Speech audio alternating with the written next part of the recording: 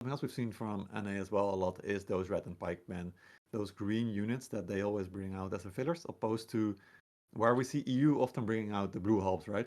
Which you do see with Mortem. Yeah, I mean, leadership-wise fits in very well. Obviously, the current seasonal units are cheaper, so a lot of Ego playing those Phalanx units will have more leadership available. So getting in those Rattan pikes instead can do a lot of work, especially on Hylung Fjord, where we're looking at a very fast-paced map and stalling points. Those Rattans are really good for that because obviously they lower the damage of that opposing side. So could be really beneficial from there. Could be the game-deciding units. Or we could just see them get wiped by Rattan marksmen. So we could go either way. Oh, yeah, absolutely. See a lovely little split push start coming in here for Mort, which we do see quite often on this map, but they do have a flame setup on that B side. Yeah. We don't see many teams doing that, so let's see if they can get obviously with that dropper on that side, with the musket here on the top for Ego of Threath. Can he pick those off before the fight even starts? You can see he's up on that top line there. They've got to be able to spot these and try and pick them off. Yeah, and he's also already built them the grape shield there. So the fireballs are also still available. So they're trying to take them out right now. But surprising to not see Kaiser using it. Here they come, fast pushes. We already see Ego with 5 RT already built across the board here on both sides. Dropper not being used here though for Ego as Mort's pushing in. I'm gonna stick to the B fight here, see what's going on the A fight as well. We gotta shoot, make our choices here. Trap coming in straight onto the ballista, so that's gonna be a good takeout. Nope. B points. We're getting some free cap on B here as well, as always good. A fight's not really happening. They're kind of just staying in the gate, waiting at the moment. They're just biding their time because they know they have the number advantage on B. They're just stalling on A, biding the time while they can take that advantage off B here. Really good position here from Mort, not overextending on the A side. Meanwhile, this push on B, they are just snowballing through this number advantage. Ego really slow to rotate and react to this. And now that they're coming over, now the A side from Mort is pushing in to get the cap behind. So Mort really pulling Ego apart in this fight here. Really well played from them so far. But can they hold this off now that Ego's coming back in? B hasn't been finished cap yet. Kaiser is now stalling, but he does fall down. Soundar's trying to flank, but there's so many anti-cav in there. And we see the flames going down now from Blackwing, doing a lot of work, whereas the flames from Ego kind of shooting into the floor and missing here. So really well played there on B from Mort. Soundar still trying to get that cavern from the back. There's just so much anti-cav here on B. Meanwhile, A is just being completely capped. No way for Ego to get back in here. They've got to try and do something on B here to try and get some of this unit trade back. A does fall. Can they get this cav in? They are now starting to go in, but it just goes straight into Phalanx and Imp Advance, just straight down. IC now coming into B as well with some Phalanx and Kether with the marksman behind. But is this too late? Ego is getting just punished on A, completely wiped there. Trying to hold off that fight, at least clean it, so they can bring out new units, and they have to. We see the Red Marksman coming in here from Cat, trying to deal the damage with IC's Phalanx here, trying to hold the point with B is already taken, and we can bleeding so many units in now as well though. OGM clearly coming in with his Reapers, might get picked off his now as well. We did see, yeah, Buddy with a fantastic defense of this supply earlier, pushing back out, but it doesn't look like Ego's going to try that. They are just falling back now, but with such a bad trade for Ego on this first 2 points. Absolutely. Can they recover from this? Keter also losing his Red Marksman here, not able to pull them back in time. We can see Ego now full retreat to that final point, and Mortem came here to fight, that's for sure. Yondi killing Soup here, and a questionable play. We saw Soundart pulling out the Cav, his Falconetti not positioned well there, and just not getting the right positions on Ego's side there. Yeah, I mean, kudos to Mortem there. They played that really well. They had the split push. They saw they had the number advantage on B, so their A push just held. They didn't push in. They just waited in the gate, making Ego's, all their RT they built on A completely useless. Mort just waited while they started winning that fight on B, and then once Ego started rotating, then they pushed them on A, and just really, really strong split push there from Mortem. Absolutely, and looking at the units, throughout the middle of the fight until a B point was finally being captured, and we saw those last couple units being picked up, the units were pretty equal. It was around 950 for both teams, but in the end, only a 100 unit lead for Mortem. So picking up those last couple units that were not able to retreat definitely made a difference. And you can see it. IC, for example, only sitting with his Red and Pikeman, 2 units gone. And the same is true for more guys on the side of Ego right now. They all lost at least 1 good unit, so they only have 1 gold left now. And that is the disadvantage of going for that double gold. If you lose it, it's a huge loss for the team. Yeah, I mean, just looking at the units that are left alive, while the numbers do look similar, like I said, if we bring it up with that C button, just the difference in units here is already looking pretty bad for Ego. They're doing all right on gold, but almost 200 units behind on tier 4 then, on the purple units. And they have a lot more tier 2 obviously left alive on Ego's side with those Rattan Pikes. So it may look fairly close, but definitely swings in the favor of Mortem right now with the amount of tier 4 units that they have left. Yeah, so and of course the mortar fight is going to start out now. Still, most pieces of artillery left. on the side of the attackers with 26 to put down. And we do see a little hero pick happening here, punishing these muskets from Ego, Pringles, and Threath both going down. Really nice aggressive play there from Mortem. They saw those muskets getting a bit too greedy, trying to go for killing the artillery, and they punished that. Yeah. Really nice aggressive hero play there. Because we do see with some teams in these CBO tournaments, you know, with lives being more at risk and more important, that a lot of teams will be scared to go and punish these hero kills, thinking they'll get caught. So looking to snowball this, they are moving to the left side, which we have not seen teams go to. We saw, Buddy do this in their last match. It's very effective for multiple reasons, but also the main one, look at the amount of arty Ego put down on this right-hand side. Now it's all completely useless because they're pushing around onto this left side. We do see another pick here, though, and this time it's actually Ego trying to go pick up a kill here. Gotchi dying, the team captain. Yeah, they do pick up Gotchi. And this is a good rotation here from Ego. Mortem did not get up quick enough, and they're only pushing one side. So when Buddy did this, they push in the front as well as they have a flank. Pushing into a tiny choke here versus these Falcos of Ego. This could be pretty bad. The Flames getting some great shots here from Mamba. Soundar getting the Falcos in as well. This is a fantastic position here for Ego. That Treb missing, not hitting any of those Flames. But can Mort brute force through this? They are starting to get through with their own Flames and with the use of that Treb. Yeah, and the longbow trying to become more Ego players still coming back through. The Reapers from Ego are starting to push in here. Another Phalanx coming back in from Threath where he died earlier. So they still have this front line here. Those Falcos still pumping in a lot of work from Soundar. White Mamba still has 1 or 2 Flames, and Mort heroes are now starting to fall. This is now starting to swing back in the favor of Ego again. Look at this recovery. Mort started pushing through, but Ego just coming back with those units from that close supply. Coming back with that extra Reaper, coming back with that extra unit of the Phalanx, just really managed to recover and push through that fight. And this is the risk of taking that left side flank here. If you push through one tiny choke against Flames and Falcos, it's not going to end well for you. You need to have that flank on the other side. Absolutely, and Soundar, a redemption arc here for him with his Falconet. He's still having 7 left, so he's also ready to fight another. Putting in the work there with those Falcos. We're going to see more picks here as well. Yeah, can we see Ego recover from this? They're picking up Miro. They're trying to get back down to this supply. They are blocking it again because they know if they can hold this position, they can stop Mort from pushing. But are Ego going to overextend here and get picked off? They are outnumbered here. They might lose some units here. They're going to lose Kaiser's Phalanx here for basically free. They did get 1 hero, but losing a whole unit of Phalanx here when there's still 7 minutes left on the clock and they haven't capped the Horn position yet at the front. This is a pretty big overstep from Ego here, losing the Halberd Sergeants and the Medaus and the Phalanx. Absolutely. They tried to score right before that fight. It was 550 to 560.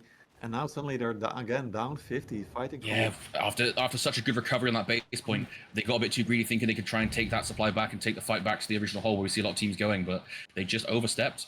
Obviously, the attackers have that really close spawn there between C and the Horn because they have capped C, so they spawned right there and just overwhelmed those defenders from Ego trying to get back up onto that back down to that position. I just want to point out Gotchi, team captain from Mortem, fighting on the front lines, already died once, but he is just continually pushing aggressively here and not giving up and just telling his team continuously like keep going, keep pushing.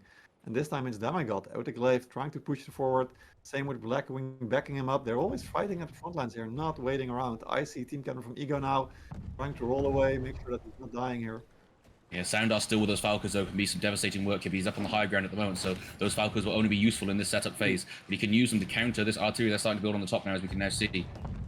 I want to be paying close attention to Pringles here. He does have the Coco Zycadens available for Ego and already has 113 unit kills, so can they get some more DPS out in this next fight? Oh, he has now just swapped to Phalanx. That is a full unit of Phalanx coming in. Ego trying to push a couple units there on the side, giving Mortem space to walk in. Great Imperial Pocket fence here, looking down units, but where's the follow-up? This is a good choke for them to hold them in, but attackers Mort here do have a lot of artillery that they can start building. I don't see anything yet, but they also do still have 6 Trebs. Ego trying to take this chokehold, but they don't have much DPS. Those Falcos coming in now are going to start doing some damage here. We see Pringles and Threath coming in with the Phalanxes again, but 2 of Ego already falling is not a great start to this fight. But they are holding this choke with these Falcos still pumping out damage. We do have Spawn with a few marksmen on the right for Mort, but it's not looking great for them here. Ego now losing more heroes. They have the unit advantage here at the moment with these Phalanxes, but these heroes falling is going to start snowballing more towards Mort's favor. The Cav now coming in for Mort as well. There's a lot of anti-Cav on this point, so how much use can they get? Going to try and pick off Imran on point. A good flank in from that Cav from Demigod, picking off a few more heroes.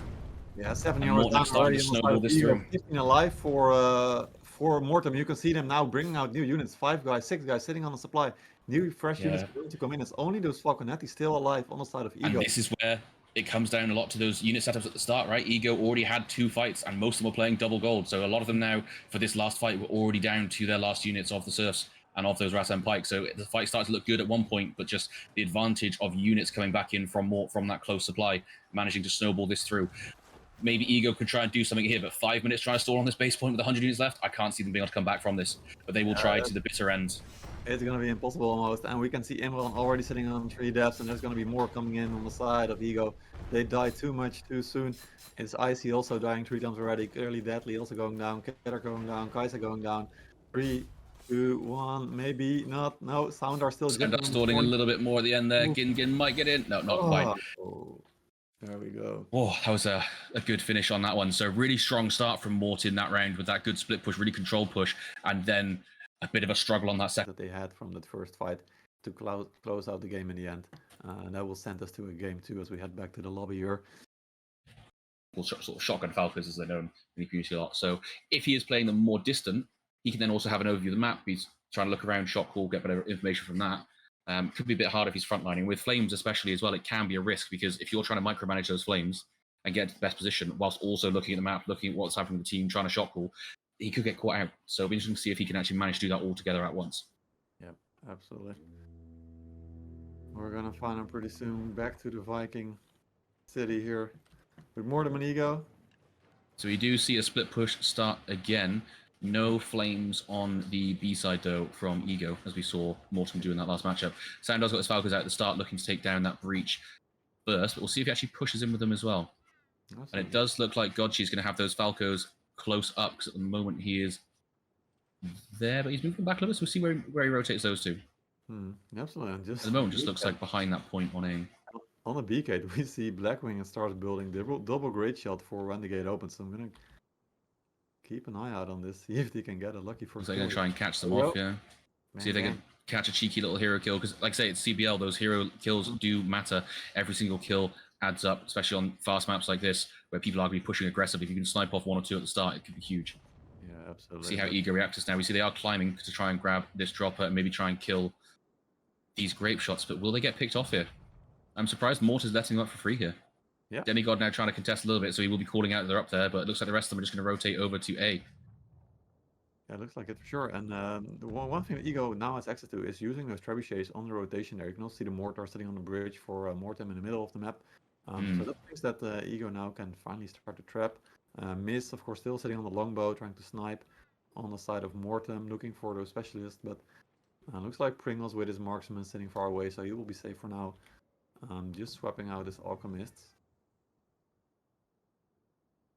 Yeah, Miz does now see those marksmen at the back. You can probably start clearing some of those. He does now have 1 unit kill, so he started killing some things. Yeah, I saw a huge trap coming in there. Killing 18 marksmen all the way in the back. Yeah, pretty big hit there on that trap. There's a nice spot there. And also one of the Flames died as well. So yeah. really big pick off there. Absolutely, and it is Miss. It's not one Flames, and the Falco's still alive though, but Miss's unit dying there, and I think Miss was sitting on. What was he? Let me check. Yeah, he was up on the front wall he was the longbow trying to snipe things. So I'm trying to find his other units. So his other units are Queen's Knight and Palace Guards. So still got a really good setup there, of course. But another trap coming in here on the back. You see most of Ego is now rotating over to A. There are still 2 of them on the B side with Impikes and Phalanxes, but that could be heavily punished on Mort's side when they push in. So let's see how Ego are going to take this. We see a Phalanx already going in on the breach here, but this is just 2 or 3 units coming in here while the rest of the team isn't here. So this looks like it's going to be more of a bait hold on breach while the rest goes more to point. So how will Mort react to this push? We see Ego just getting a lot of cap on the point here.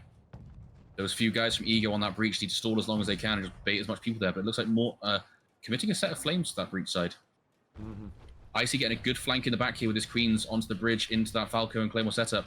The rest of Ego are on the point with a good Flame setup. Those Falcos from Godchi should be able to start doing some work here.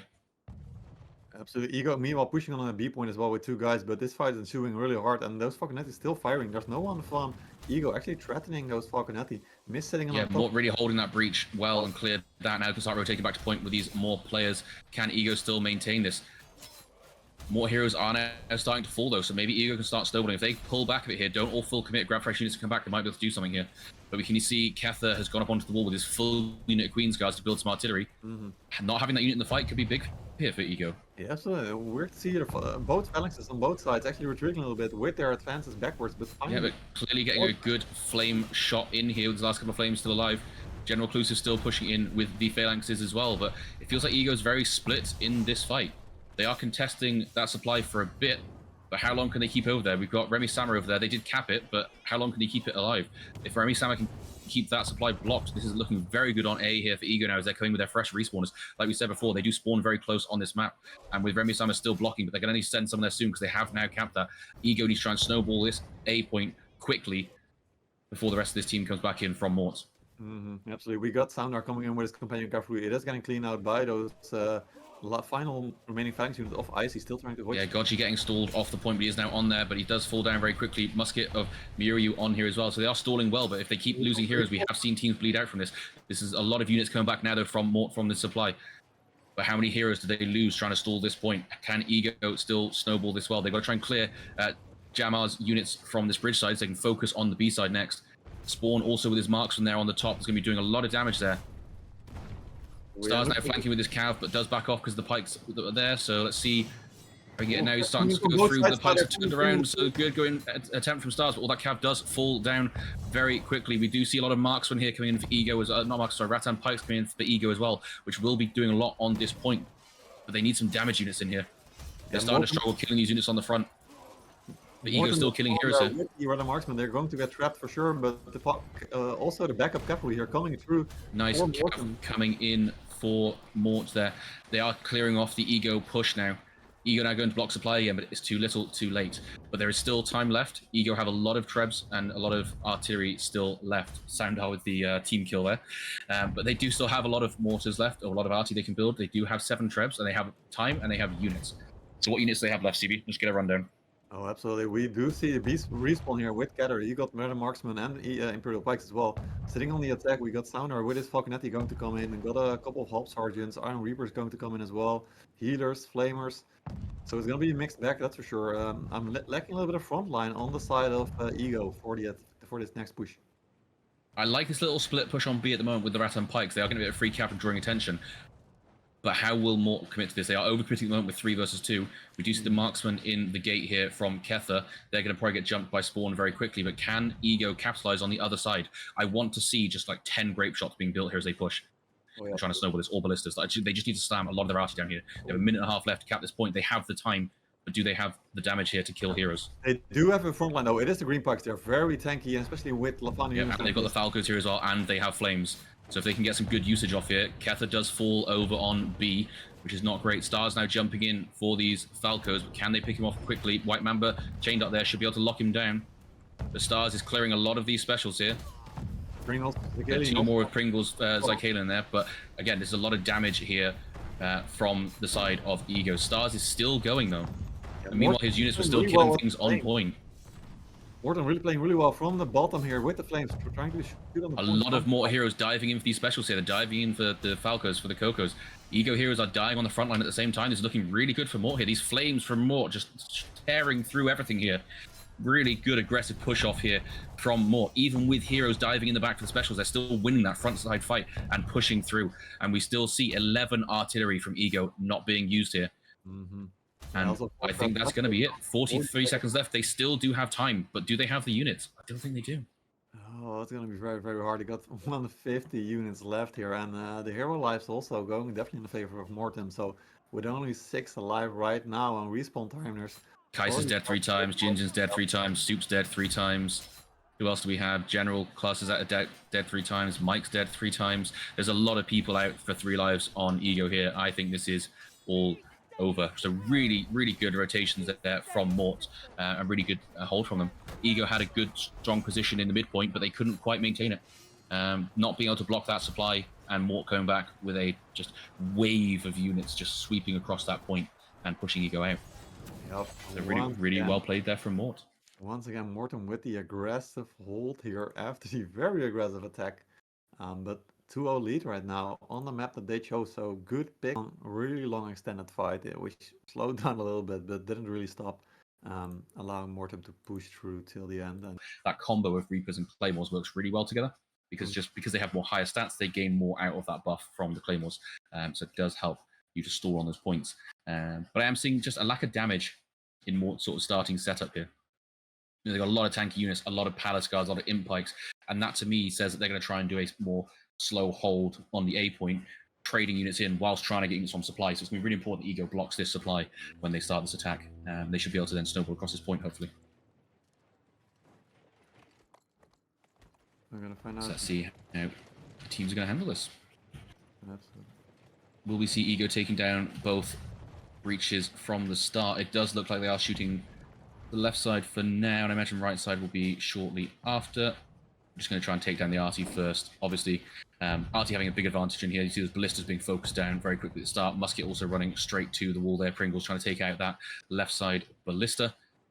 They're not actually hitting the right breach yet, so there is a chance they leave that up, but left breach they are definitely focusing down.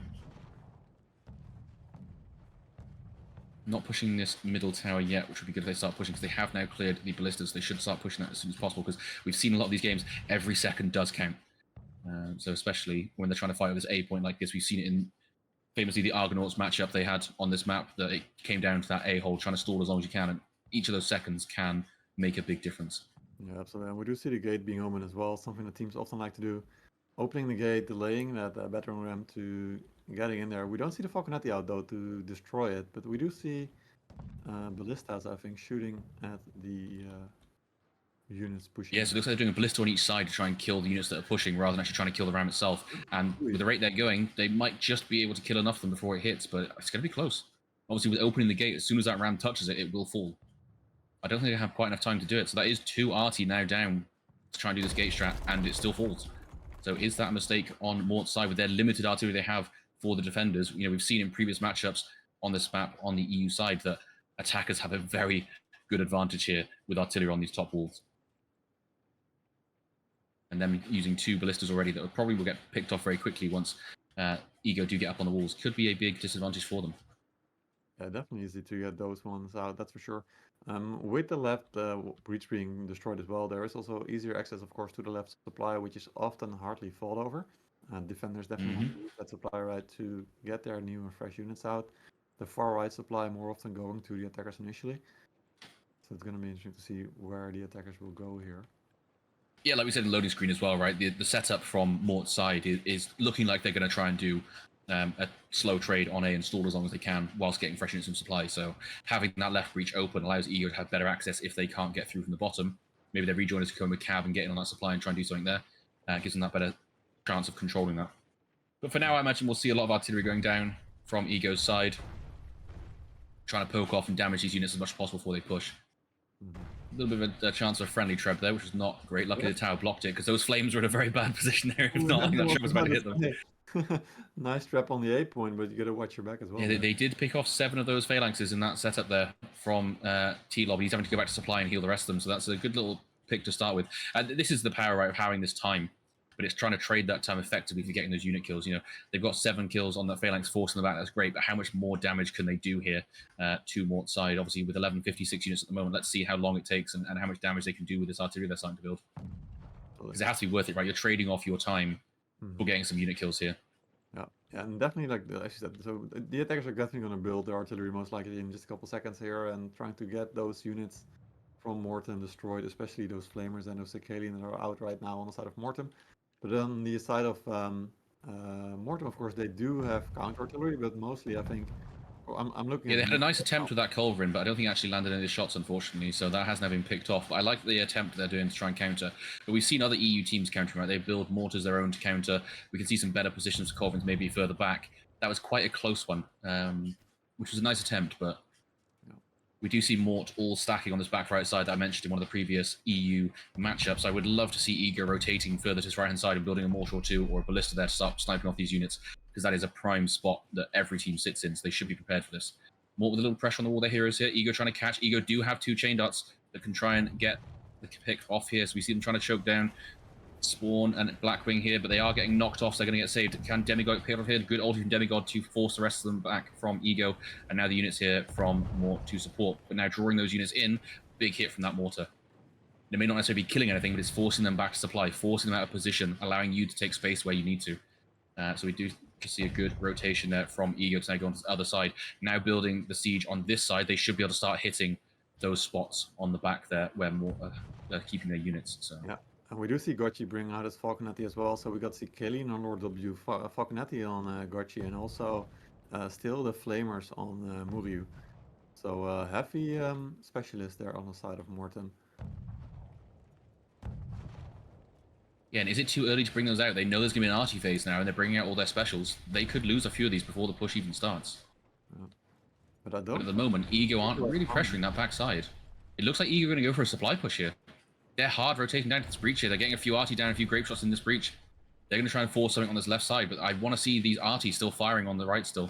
There's still that cannon on the front that does now fall. They're also It's moving a good position for the gate as well, so they may be doing a cap of the point at the same time as Trap is coming in as well. Yeah, this is a good position here for Ego. They have the mortar there shooting, and that Trev going in, landing directly on those Zycalian, taking out 2 of those instantly. I feel like they're just delaying time. I think they're just telling Mortem, push into us and we'll kill you with our flames. Ego are on point. General Clusive can start this cap here with Claymores on the point, and the Falcos there actually on this A point. Should go down to Clusive here and Godshi very quickly. We see the flames here from Ego doing some decent work, but the counter flames from Mort seem to do a big hit there. Zycalian has to retreat as well, and now they're pushing for the supply. I feel like Mortem... Yeah, they go for the supply, but are Mort overcommitting. They're just losing A in this whole time. So Mort deciding to rotate A, they're getting the flames over to A, they're getting the palace guards over to A, but I felt like the whole plan was just to delay on A, and now that supply is now going to be blocked the entire time. They might get this trade-off on A, well, they should get this trade-off on A with these flames in the setup here, but if they lose supply for it, I don't think it's worth it. Yeah. Got really good control from them on this A point, but now they've got a lot of people with no units. Ego can just take fresh units out from the supply once they cap it, so Mort need to get back up here and try and delay this supply if they want to try and hold A, or will we just see them falling back to base point? We already see 1 or 2 of them running back, but still some of Mort trying to hold here. The unit of stars staying on that point, so they cannot cap. That means they're 1 person down in the fight. Kaiser holding off their reinforcements, which is good from him, stopping them getting through, so the rest of Ego can now get fresh units out, and they're in a good position here. They've got marks up on the wall on the breach with Pringles on the left, doing a lot of damage in this back line. The flames now going down. Great Treb there coming in from Ego, and still using the artillery. Pringles on those mortars in the breach, hitting Mort in the back here. It's a really good push here from Ego with well-placed artillery. They should be able to snowball these last few heroes on A now. But how much are Mort going to commit to this fight? You see they're trying to come back in. They're trying to cap that supply back. Does this mean they're going to try and get back to A and hold this? This is a risky play from them, but if they can pull it off, this could be huge. They're pushing towards A as well, so they're trying to hold it off still. They're still on pure shield. Yeah, they still have Stars holding the world off on A with his shields, but there's flames there now from Clearly melting through Stars' shields. Those will fall very quickly, almost all dead now. But Pringles does fall. We see Mort trying to get some picks on this supply, but is it too little too late?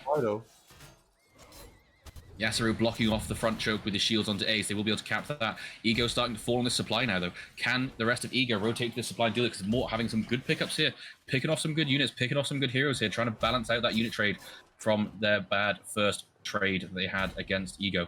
But now Ego rotating the supply, they should be able to clean up these last few heroes. Yeah, with all these rotations, Ego have slowly gained a 200 unit lead almost, with all these split pushes and all these fights, and very patient play.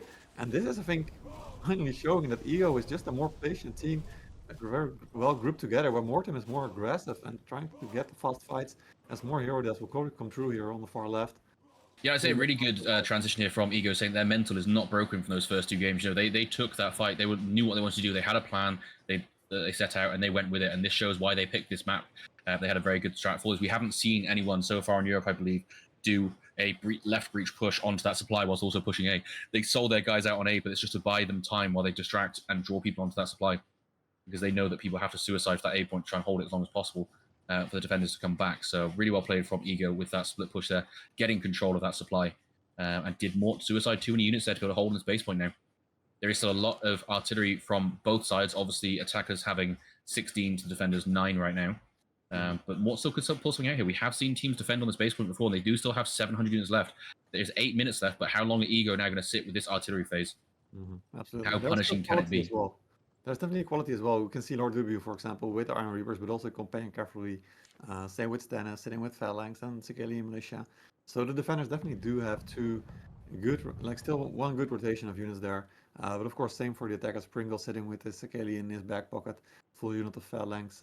General Clusive also got the Red Marksman and the companion cap. So both attacker and defender still having very healthy units left for this final fight.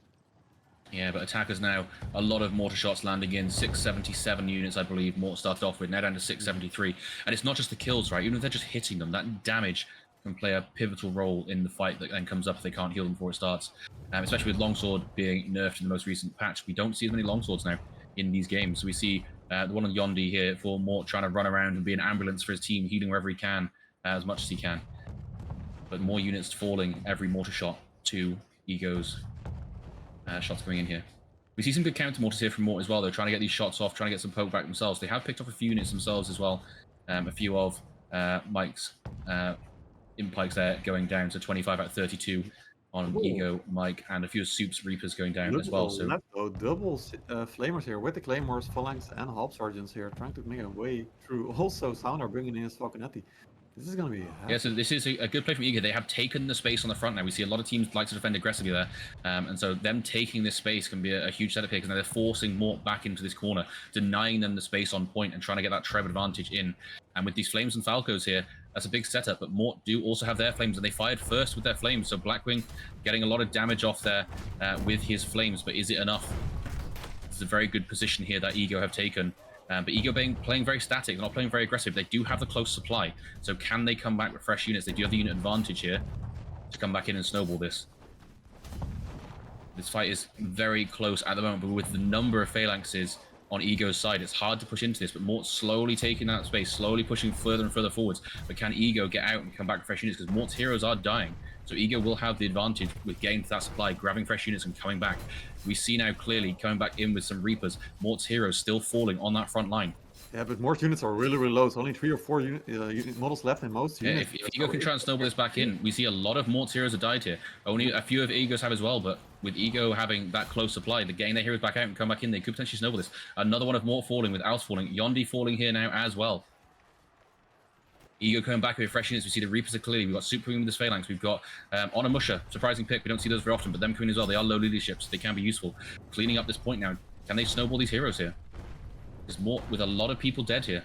They're going to with that close supply, like we said, and that Trev being able to come in, they can build more RT as well. This setup on this base point now is not looking very good for Mort to push into. They come back with Impikes, so could potentially do something, but they need damage behind to help with them.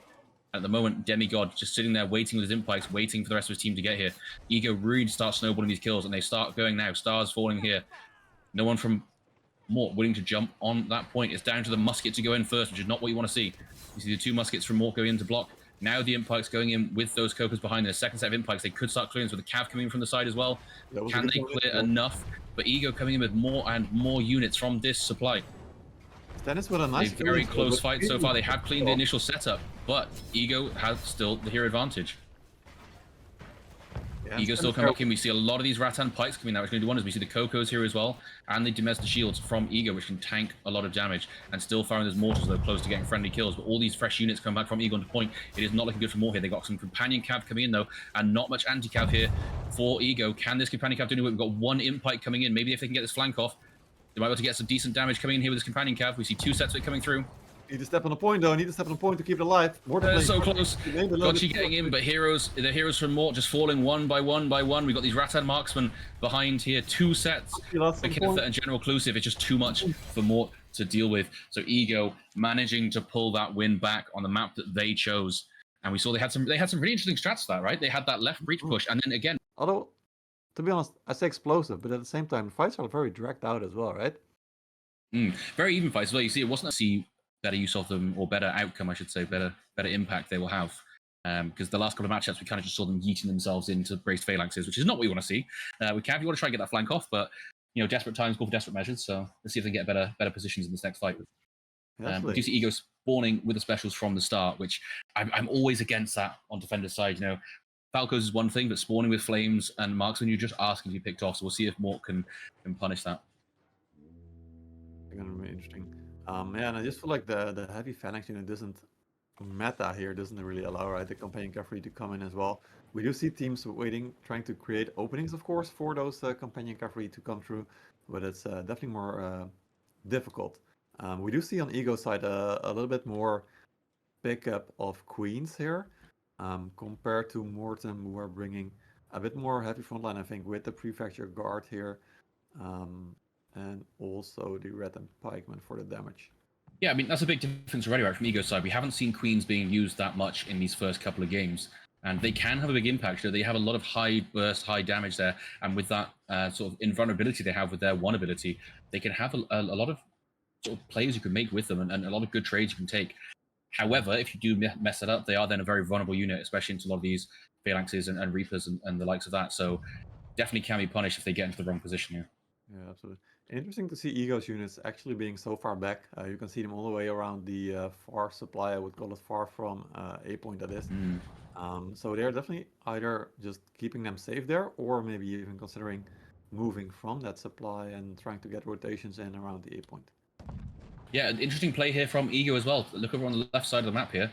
They're actually using some of their artillery here to take out these Trebs on the left side. And that can be huge, because obviously with the change of Trebs on this map, if they kill these 3 Trebs on the left side with that first one going down, if they can kill all 3, they're pretty safe on the A point here.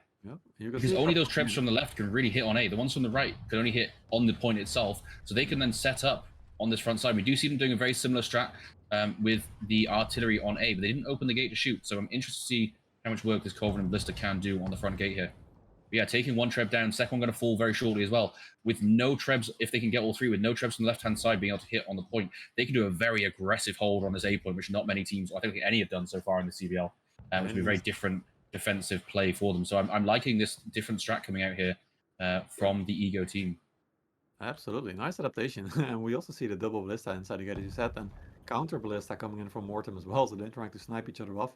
But yeah, I'm not sure about the 2 ballistas yet. Doesn't seem to prove very effective to destroy the gate. 3 ballistas from the open there. Yeah, crazy. But whether it was intentional or not, this will counter the defensive plan that Ego are trying to do, right? Once they kill these Trebs, they're going to hold more aggressively on A. Those ballistas will counter that, because they can shoot through into the area they're going to be trying to defend.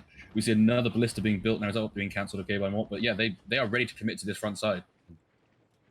Potentially these teams will scrim each other, because I was speaking with the teams obviously before this as well, and with there only being 8 teams for NA, all teams have scrimmed each other.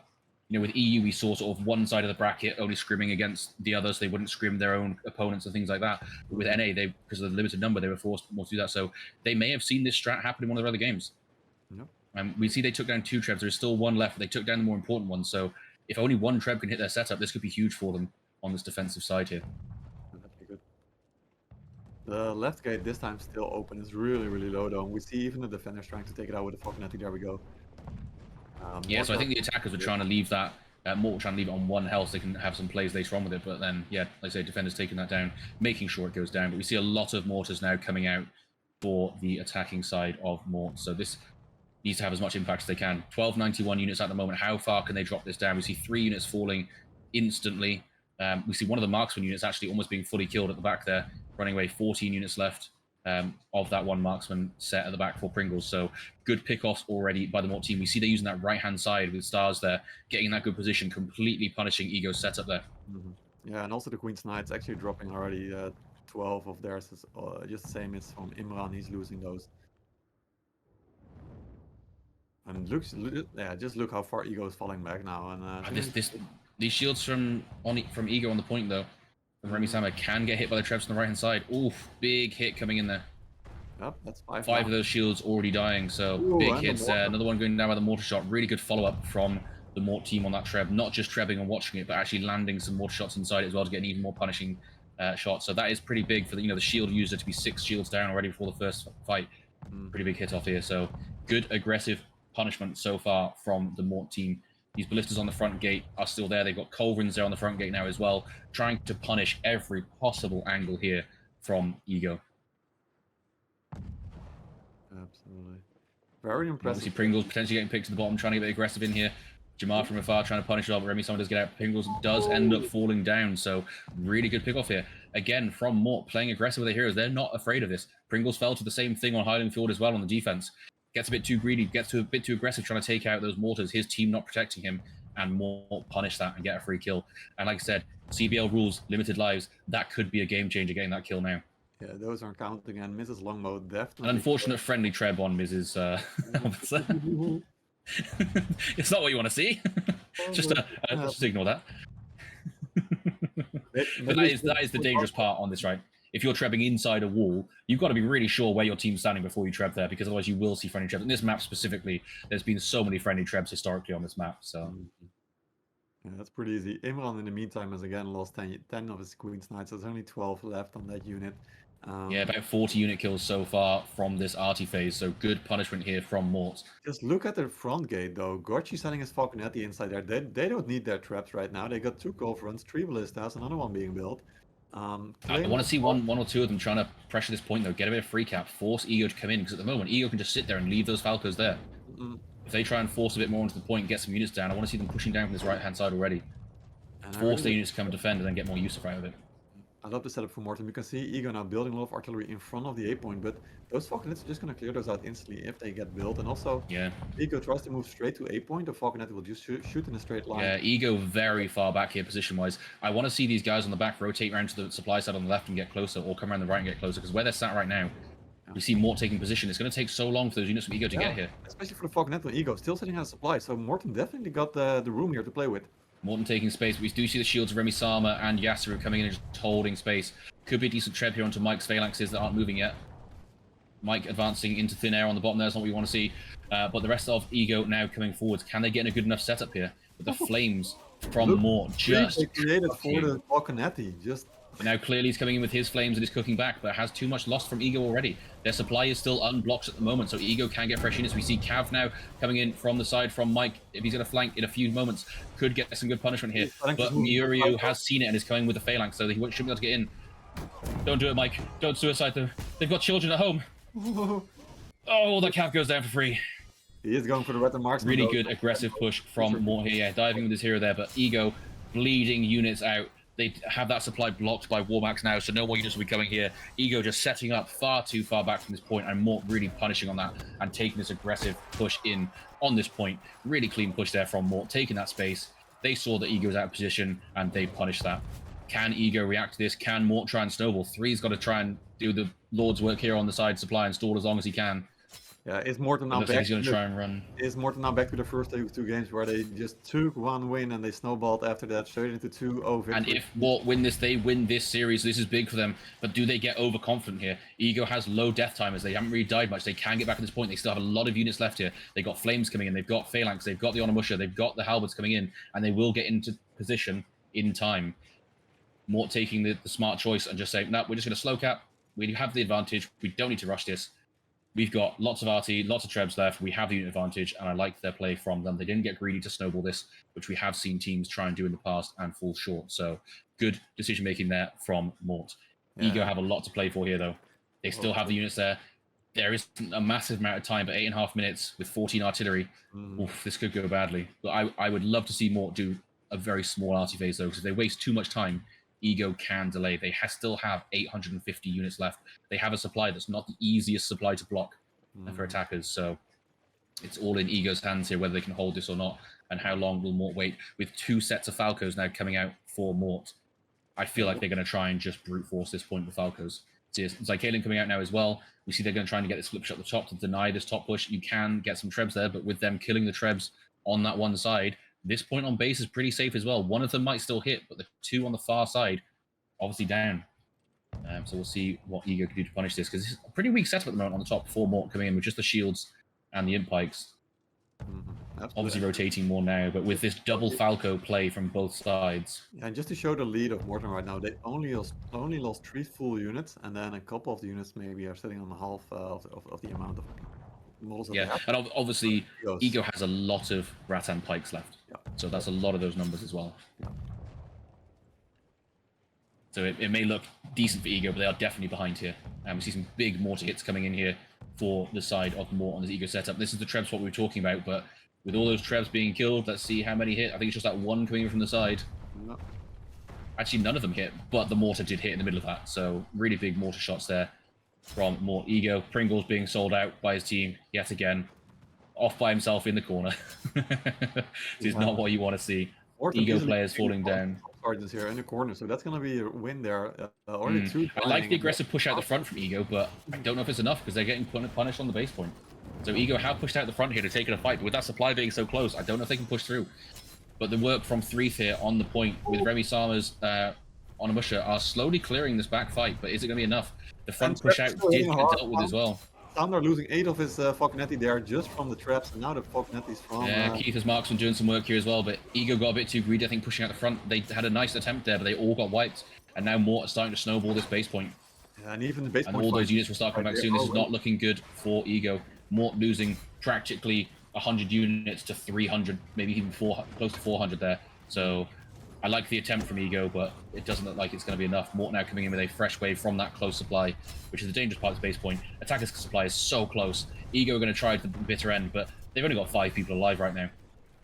Yeah, 400 units left, 5 people alive. Mort have complete control of this base point. Icy trying to get a flank, but he has no units with him. I know he does. They're Rattan Pikes.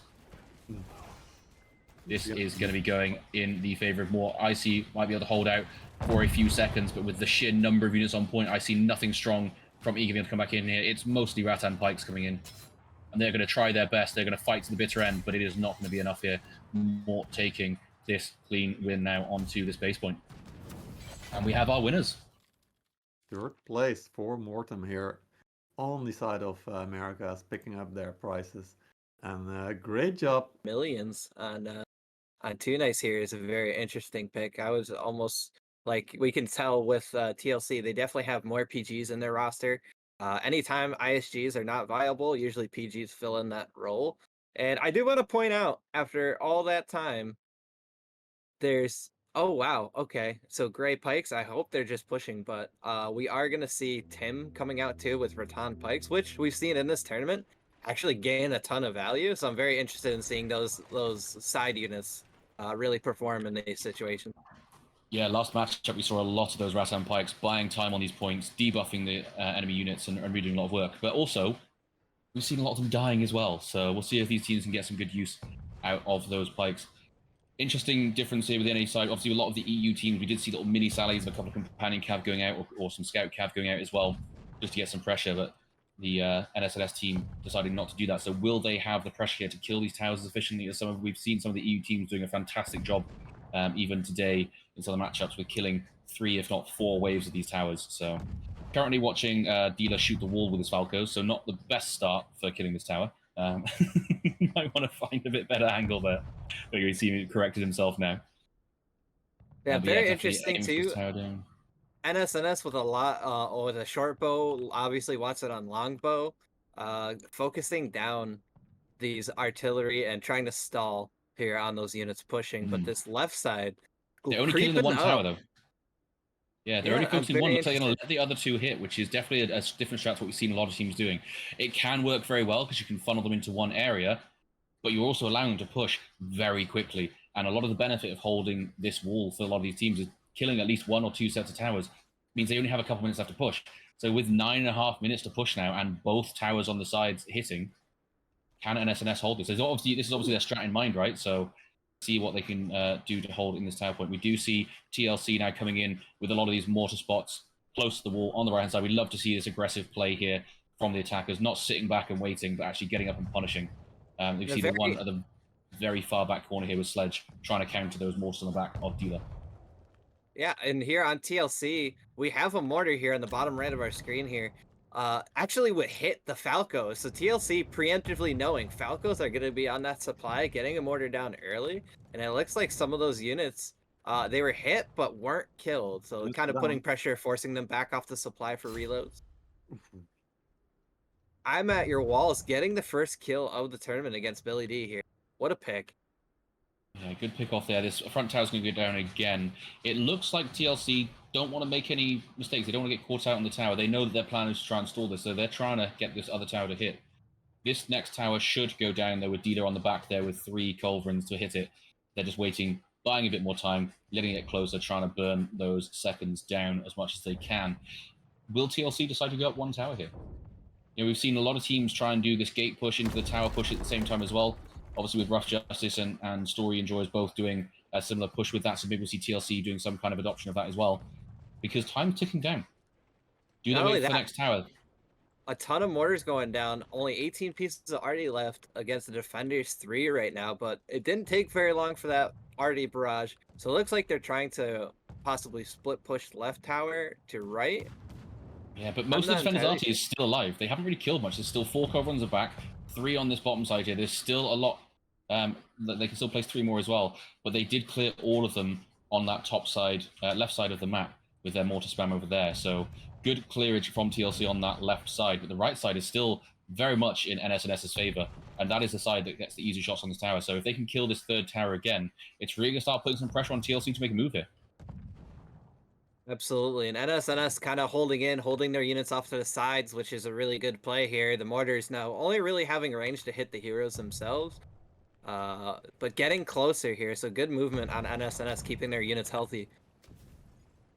Yeah, just looking through the units right now, NSNS have lost 1 Imp Pike so far, 1 Queen's Guard, and 1 Halberd. That's all they've lost from this mortar play from TLC. TLC actually losing more units themselves to some of the range here on the walls. So really well done so far from NSNS at keeping back and not getting punished by this. This next tower should fall down again.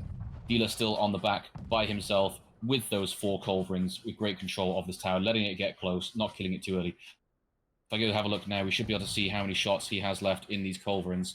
So one of them has 11 in another, 3 and 3 in the other. So he should have plenty of ammo to take down this next tower. TLC need to start making a move because this next tower is not going to hit. And it looks like they are stacking up, ready to potentially push here. We see rotations coming over to the tab left as well. So I wonder if they're going to feint the main tower onto closest to A and kind of go for that back route, get that pressure on supply, and possibly instead of making it a hard B take into an easier or A take to a B take. Yeah, we haven't really seen many teams pressuring B from the start on this map so far in this tournament. So it'd be interesting to see if they try and do a split push here or whether they are going to wait for this tower. But I feel like this tower is going to go down again. There are still 6 culverins for NSNS that shoot this tower. 7 actually, because 1 on A as well. Plus the Falcos back behind supply they're now shooting. So NSNS can take down this tower again. It looks like TLC are starting to make a move onto these towers now. They are pushing up on that B side and taking some pressure on the A side as well. Are they going to catch the free heroes here? It looks like NSNS do get out of position in time, out of the way on the B side. So how will they react to this? It's going to be hard for NSNS to react with the Rattan Marksman coming up. Really, Rattan Marksman do great at zone control and boxing out complete areas. So especially with I wonder if TLC is just going to inch them. Yeah, exactly. No for NSNS on this B side to punish those Rattans. So they should be able to take the space very easily to then rotate over to A with the rest of their team. So NSNS, great control on those towers, but really allowing TLC to get control on the walls here, which is not what we want to do because now they have that advantage of building that mass of artillery going down here. Double queens through the gate from TLC though. Yeah, double queen push through the gate, picking up a lot of these units here, and a good setup of artillery there. But the Falcos from Dealer are starting to clear, or trying to clear some of this arty. But is it going to be too late? Because we see TLC with a good aggressive push on point already. But it is a lot of queens from NSNS on this point. Maximus already falling down. These queens can buy a lot of time and output a lot of damage. And with that close supply, if they're not blocking that, they can get a lot of units back on this point. We see TLC's trickling too. In, but yeah, TLC's just trickling into the Brace Medal. The Zweihanders look like they're eating. The Impikes are holding in, but TLC is overwhelming with the control at the moment, yeah. But NSNS can come back from that supply, so if they can keep stalling, they can maybe come back. But there's still a lot of time left, which is what we said before. Allowing these first towers to hit, you're not buying a lot of time, and this whole strat of trying to stall out with the supply really is just when there's a couple minutes left. And with 4 minutes left on the clock, we can see NSNS now falling back. How much can TLC catch on the fallback here? And NSNS used a lot of their tier 5 units there, but still pretty even across the board. But if we press C and pull up the units now, NSNS still okay at the moment, but they're going to lose a few more queens here. Only 40 units behind on the tier 5s, but the tier 4 is almost 100 behind already. So this is looking very much in TLC's favor at the moment. Good, pushing them a little bit, trickling like you said at the start, but once they started going, they really took that space there very well and cleaned up that NSNS push. And as we see too, fantastic discipline here from TLC. Everybody, I literally only saw that glaive from the beginning of that A cap and literally stay there. Everybody else was off the point, catching out Nerox here, trying to retreat, getting that extra kills on NSNS here. TLC knowing, obviously showing their huge experience in these tournament settings. They have one person holding the point while the rest push. Well done here from TLC. Yeah, and speaking with some NA community earlier today, you know, TLC are definitely the favourites going into this, but NSNS still with very strong performances this entire tournament can definitely take some games off TLC here, and I'd be glad and happy to see that happen. We want to see a close match here. I want this to go to Grassland. It is the most exciting matchup in this NA tournament. These teams have been waiting to fight each other, and yeah, looking forward to see the outcome of this match. But we'll see what TLC have left now. They have 14 Trebs still. They have 13 artillery. NSNS can counter with 3 artillery themselves. They still have Dealer's Falcons that can do a lot of work here countering the enemy artillery. So we can see them in that position already, ready to go when they start setting up here. But we see TLC swapping to a lot of cav here. Maybe we'll see an aggressive push with that. Companion cav, one Zwangia heavy cav. I'm very interested to see this because it's a lot of PG Queen's Knights Madao and then companion cav. And a Zycalian.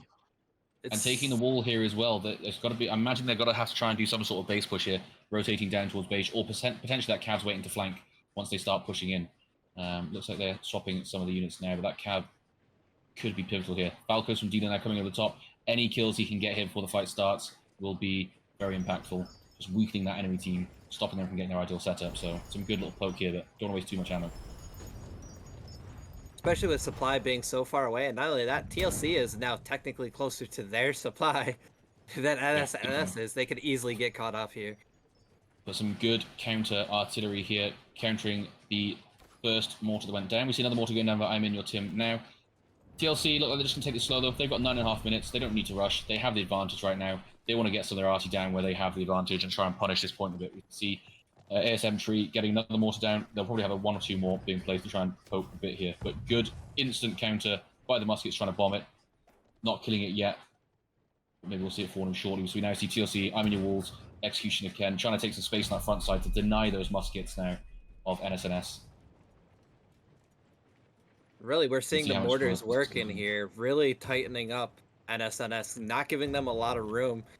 NSNS capping supply. I'm very interested on this. Not a lot of save points on this map, but we have seen that strat before from teams on this map. So we'll see a lot of attacking teams that have gone to the base point and capped the defenders' supply. So the defenders will go and cap the attacker's supply. And it's just that switching around. So we've seen a lot of top teams doing this. So I love that play from NSNS, adding that pressure. They're going, okay, that's fine. We're taking some control. We're going to pressure you outside, not let you have free reign over there. So good play from them. But these mortars from TLC starting to get a lot of work done here now. Every hit is just going to make that fight easier on base point, and there's not many save points here that NSNS can hide in that don't drop the control at this point. So good movements from them, trying to dodge a lot. NSNS hasn't lost anything yet again. They're doing a fantastic job, just like on the start of the match, keeping their units safe, dancing around. They're not sitting AFK, are they? They're just constantly moving. Every time a shot lands, bam, moving to the next spot, move again, move again. They're not allowing TLC to have that static gameplay of just firing the mortars in. So really well played here by NSNS. And we see a little kick there on execution again. More grab, fantastic. Love to see it. But these mortars still raining hell down. Starting to get a few little hits here and there now. We see Too Nice lost 3 of his halberds. We see a couple of the PGs starting to get weak here now as well. But how much time are they wasting doing this? They're only getting, like you said, only killing 3 or 4 units. Is this worth the 2 minutes so far they spent doing this? Time always running here. It looks like TLC scouting out their base points, seeing if they have enemy units. They're spotting that there's no like ratans or anything in their spawn, which to me is really good info to get, especially setting up for a push like this, knowing, hey, we can loop around basically free at this point. Shout out to Renmo here as well. Got the healers on point, doing a lot of work keeping this team alive from these mortar shots, but they are starting to lose a few units here and there, and every model does count. Because the attackers will be coming in with completely fresh units. If you lost 1 or 2, that could be the difference between winning and losing. We do also see the healing archers coming out here for execution again. Did just lose a few to some kind of archer. Was that a mortar shot that just picked off someone? He just lost a few there. Has some tree going down, but it looks like a push is happening here. Here comes the push here. Yeah, TLC deciding to push the accelerator button here. They are taking this space. They do have Cav trying to flank through into spawn as well. It's going to try and get through the back here. Let's see how NSNS can react to this. Will TLC also block supply at the same time? This fight is very split at the moment. This companion cav will be able to wipe this entire right side out once they get in. There's only 1 Madao in the back, but it is a weak Madao. Yeah, Flower wasn't braced in time, so the one Cloudwing cav does come through, cleaning up some kills here. We see General Cleaners going through, wiping a couple of NSNS, and Zedris and Too Nice do go down. Reverend Brave also going down. Adapt now falling for TLC, but the heroes in favor of TLC at the moment. They are pushing through on this front fight, and they are getting out and getting fresh units coming in.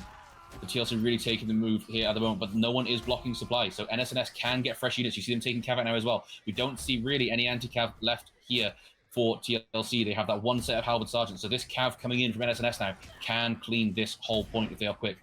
Great offensive stuff for TLC, getting those halbs right at that really entrance, knowing, hey, they can treb, they're going to turn tight, let's put our halbs there.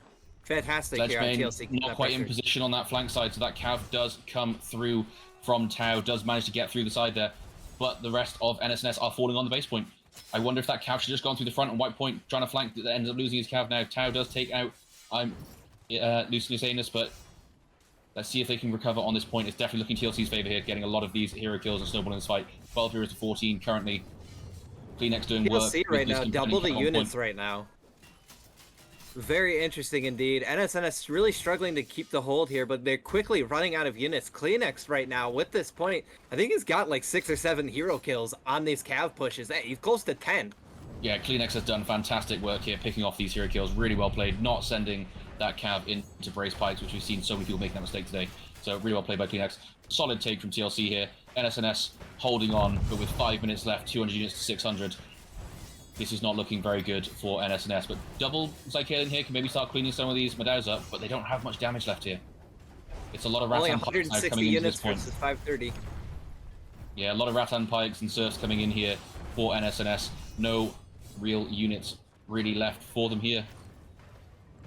Looking now, Watson's losing his Halberd Sergeants. We've got some healers and some Rattan Marks, and that's all really left for NSNS, so really clean take here from TLC. Getting control Very clean indeed. Falling very shortly. Tau trying to buy a last bit of time.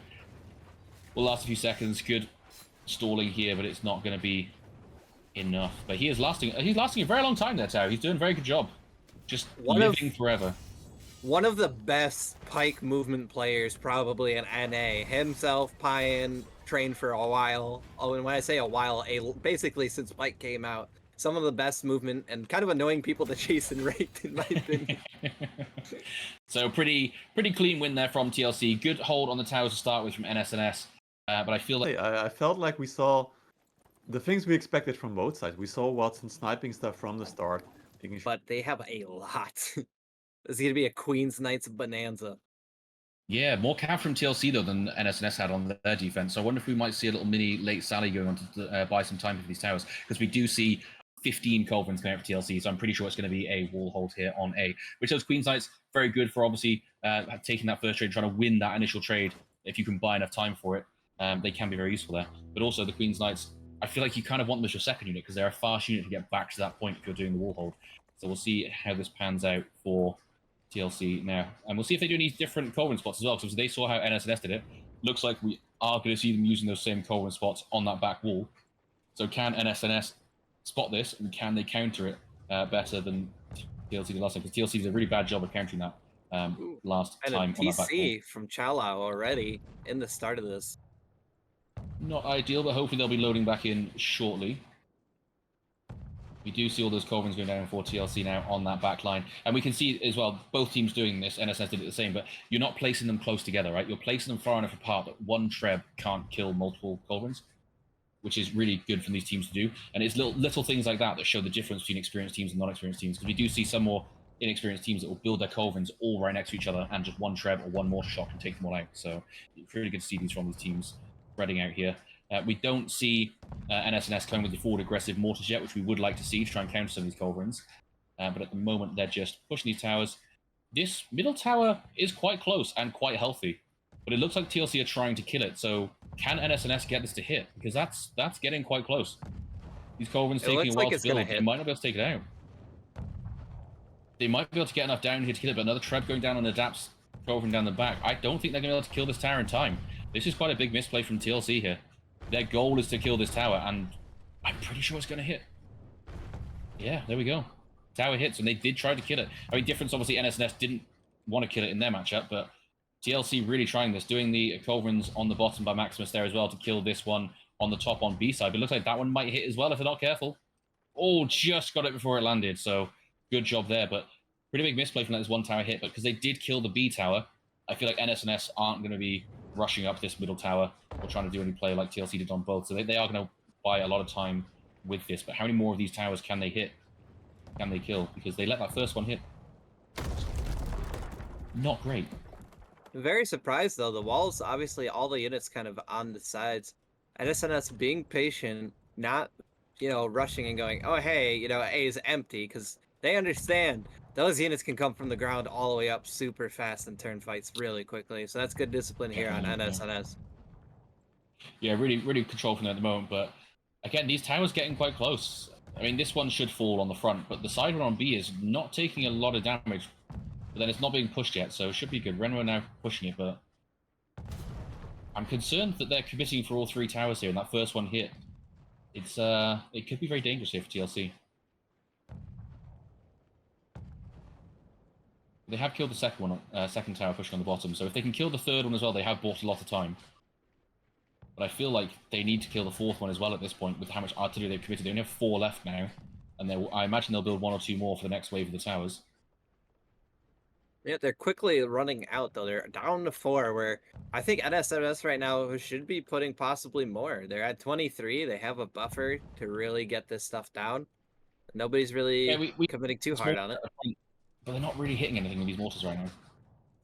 There's only the 1 set of palace guards there, and even if the mortar hits, it's not really going to kill much. So I want to see a bit more spread out with these mortars. Some on the bottom side, like we see Gargadobo now going to get that in there. So I want to see some more down there, like they saw TLC using against them to start countering the siege. Because there's still a culverin here that Kevin is firing. The free culverin, I'm pretty sure, as well. Oh, he's knocking it off. They got rid of it. This tower could land. If that musket can't get his bomb off, he's running to get the bomb. Yeah, there are still some on the back, but we can see NSNS landing some traps on these back culverins. There's only 2 on the back here now. They should still be able to kill this tower. They've got 4 culverins shooting at it. But it's going to be difficult to kill the next one after that. So the tab left side, the far left one landed. So now we got 2 towers here for NSNS. NSNS doing a good job. They did actually counter a lot of those culverins that Maximus had down on the bottom. I didn't see how, because unfortunately I wasn't looking at that, but that side tower does hit on B now, which is huge here. You know, TLC really showing that they want to get to all 3. Looks like NSNS wants space before they engage, which is very smart because they have the Watson, they have ranged heroes to really pick things off before they choose where to fight. This is good, but they are full committing to this. So will we even see a B push here? They've sent their entire team to this side.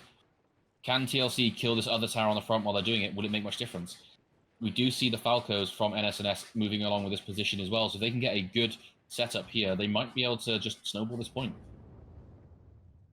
They have a lot of queens in this setup. They've got marksmen there. They've got Zycalian there. They're building some more mortars further back to try and poke it before they push. But we do see the Falcos from Executioner Ken punishing them on this front side here. Not really killing much yet, but takes out 4 of Watson's marksmen. We can see a couple of the other units getting hit here. Dealer for Life now getting his Falcos down, trying to get a bit of counter in a second, maybe. No, moving forwards again. We see NSNS making this move towards point, but TLC are in position here. You know, they're in a much better position than NSNS was on their defense the round prior, so TLC should be fine to jump up on this point and hold this first push. But obviously, NSNS now, with this artillery advantage, they're starting to get these mortars down, which should give them better control at this point. Just take your time, build some RT, swing the fight in your favor. But obviously, defenders do have this close supply, and every second does count here. Ooh, a good catch out here, a good maneuver. I can see what Fluffy was trying to go for, trying to use their arty to hit them in the back, but he got caught out here by Thao picking him off. Yeah, Thao winning the unit trade here as well. Here comes the push here. Close fight. The main point push, a good Falconetti fire on both sides. Zycalian's coming out. Execution countering a lot of their range there, whereas their Falcons are kind of just hitting the blob. But this is looking good at the moment for NSNS, but with TLC having that close supply and nobody blocking it, they should, their only goal here should be getting out and getting fresh units, which is what they are doing now. We see 6, 7 people running to supply for TLC, but can their units hold on point while this is happening? We've got a few people on point. The chain dart on point of Chuki trying to hold, not really who you want there. Kleenex trying to hold on the Dachi as long as he can here, buying time for you to come back. Look at this sheer wave of units coming back here. I'm in your Tim, Tree, Adapt, all coming back with units here, and NSNS are not doing the same. You can see a few of them now running to supply, but is it too late? TLC should be able to push back up on here and start wiping this fight on A. We see the Cav of Fluffy Rabbit now looking to go out and sally as well, and if he can get on that supply and block, this is going to be huge for TLC. He should be able to catch some units here. But NSNS still fighting on this point, but this is not looking good for them. I'm in your walls now going up and starting to take out all that range. Dealer's Falcos now falling as well. TLC getting good control back of this point. Fluffy Rabbit has to head back inside. PG is able to wipe those queens. It was really nice here. A good rotation. And you saw TLC committed. They're like, this fight's over. Fluffy's now charging out. He's going in. He's seen the palace guards. He's trying to take his trade, buy as much time as possible. He sees pikes out there. Domestic pikes. He's trying to buy as much time as possible for his team to reset on this point because every second counts. There's only 3.5 minutes left, and they still have a lot of units on both sides here. It still could go either way here. NSNS winning that initial fight, but no one blocking supplies, so TLC manages to come back into this fight. NSNS still have 17 trebs here. 17 artillery, 10 trebs. They still have a lot of power to push onto this point. They need to try and take a bit of space here, build that artillery, use that advantage that they have. We see these mortar shots coming in, getting some good hits here on the setup of TLC, and we can see them building more artillery now on the front wall here. We're going to see some Zycalian throws coming in here. See some flames going. How are TLC going to counter this artillery spam? They have Executioner Ken, but his Falco's back on supply again. He's going to start trying to clear this arty. But NSNS are just seeing the advantage point. They're trying to snowball in this fight already. They see Lucanus and Adapt's units on point. They are pushing in and trying to take this advantage. But we see a good little flank here from Tim and Kleenex on the side, trying to push in. And the rest of TLC now coming through with that double Zycalian throwing in. TLC with so many Queen's Guards and PGs on point. They can tank a lot of damage here, and they are doing so. NSNS really struggling with DPS on their side. They've just mainly got Madaus and PGs here. There's Zycalian now coming to the fight, but is it too little too late? They've already lost his front setup here. NSNS just losing here. TLC still running supply. Nobody from NSNS is blocking this supply. TLC just pushing up onto this wall now, wiping this out. These two Zycalian going down free here. Here comes the Treb, but I feel like it is a little bit too late here. It's going to be a big Treb, lots of damage, but there's still a lot of Queen's Guards left. And now we see the Cav coming from TLC. This Cav sallying out is going to be huge. They're going to go and try and pick off as many as they can and buy as much time as they can. There's a minute and a half left. 1 minute 50, and all of this Cav, it might even die for free, but every second counts here, denying NSNS this push onto A for the last fight, because they still have the units. NSNS can still do something here with the artillery they've got and the trebs they've got, but TLC here pushing out and wasting time. I'm in your walls here on the backside, catching Dealer out with his Cav. Kevin P, ASM tree going as well. Kleenex now also coming out with his Cav, and this is the strength of this Cav on the defense on this map, just managing to draw all this pressure. It doesn't matter that they're losing it for free, because look how much time they're buying. This is 30, 40 seconds that they've wasted that NSNS cannot push. Now they've got to go with 1 minute and 15 left, and the units we got on point, can they take it? We got it's instantly slam down here. TLC with the 1 extra Queen's Knight versus all the Pike here. A quick arty drop. They know they have to get this push done within seconds. And right now, TLC is down a hero. Look at the units here, though. NSNS, it does not look pretty for them. They've got 3 sets of Rattan Pikes here. But they're going to try anyway. They've got to try. This is their last chance to take this point. But just look at the halberds here of TLC. Just brace going, okay, you can push in. We're just going to sit here, and we're just going to kill you. So many Pikes, so many halberds trying to push in. Pushing into halberds is not going to be fun for NSNS here with the sheer number of halberds here on TLC's side.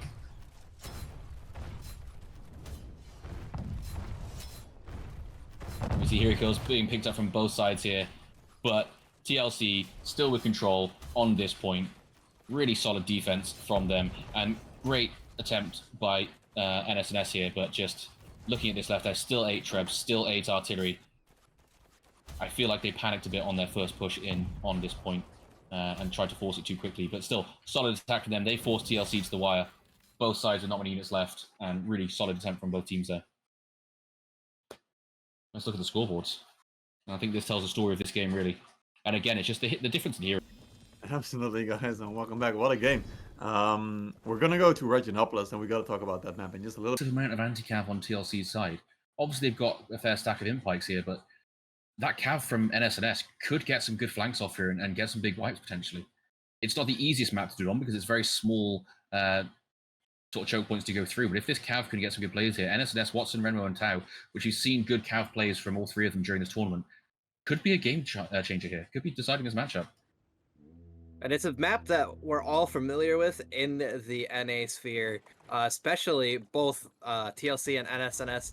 I actually, for a couple seasons, shot called for the main house of NSNS, having a lot of victories here on Reggie, so they are very intimate with this map. They know every nook and cranny. And TLC, obviously, with all the scrimming, as much organization they put into it, and how many times they fought on the map, it's a very similar situation. So I'm excited to see how this plays out on both teams here. Look like we do see them falling back to C-point. What I like to see from TLC here is they're not just running all back, though. They are jumping on the front with these culverins, trying to snipe off a few of the RT just to slow down the attack of NSNS. Like we've seen in every game this tournament, every second counts.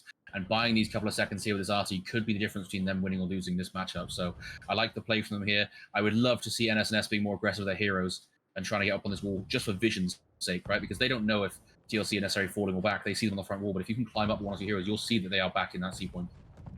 And looks like they are going to start pressuring a bit more now on the front side here. So they've seen them falling back. They're starting to climb up. They might be able to get inside, open the gate, and make this go a bit faster. But yeah, definitely trying to save as many seconds as possible here on TLC's side. I like this play from TLC too, because that bombards that are automatically there, putting pressure on that right side of supply at double breach, you can launch a bombard shot straight into there and just ruin a defender's day. Yeah, it's the main reason we don't see many defenses on that A and B side, right? Because you need to control that supply, and with those bombards there, it's not very easy to hold that supply. So what I like here from TLC is they have heroes spread out entirely for vision. They have people that can see B. They have people that see main gate and double breach. So they're seeing what NSNS is doing as far as a game plan and how they're setting up, scouting out their units, and knowing Maximus is definitely going to make some quick micro rotations as they get closer to really fend off here on the top of stairs. Yeah, we do see defenders, TLC do have 3 muskets at the moment, and they do have more medium armor players. They've got a couple more players on Diego and Kevin that could potentially swap as well, so they have the punishment here from those muskets to constantly bomb any setup that NSNS comes up with. We see a couple of arty being threatened here from TLC, but cancelling it at the last minute. I think they're trying to bait out some arty here from NSNS to make them think they're defending, which is a nice little play, playing a few mind games here. We'd like to see it. NSNS just taking things steady, capping A, capping B, then going to supply. Not want to take any risks, don't want to get caught out. They know that this is make or break for them. The winner of this game, if it's TLC, TLC do win the first place in this NA CBL 2024. So NSNS taking it steady, not wanting to get caught out here, which is what we want to see. We want to see them win this game and come back from this. So we see a lot of hero v hero map so far. So TLC it looks not like fitting TLC, arty yet. yeah, which is very surprising on the inside. They do have some in that back corner here where the alchemists are. Very interesting. Yeah, they've got that free Culverin still on that right-hand side. Trying to get a few pickoffs here and there. And SNS getting a bit of pressure up on the top, though. They're trying to get a little pick here. TLC still holding on, but they will lose quite a few of those palace guards there. So good pickoff there by NSNS. Getting a little win here and there. Not afraid to take the fight. While they're going to take it steady, they're not going to play scared. So I like the aggressive play there, getting that pick on those units. TLC not really being able to respond to it. How will TLC respond to this flank around the back, though? It looks like they're just going to try and hold on point for as long as possible. So they've clearly got a game plan here on TLC's side. They don't care if they give NSNS that backside. They will just hold this point for as long as they can. Well, it looks like they have a full defensive setup for this rear supply, which is statistically a lot closer. So as long as they're able to keep NSNS off that supply, TLC can have this back corner hold be really fruitful for them. And they, again, and that NSNS coming through this backside, that's a very tiny door they have to squeeze through, and it's very advantageous choke points here for TLC to really set up on. Oh, definitely. But this is now the weakness of this hold, right? They've given them that supply. They have that space now. They have that high ground behind them to build all of these mortars now. We see a lot of mortars going down for NSNS, 4 going down already. They've got the Falcos there as well. They're going to start pressuring TLC heavily.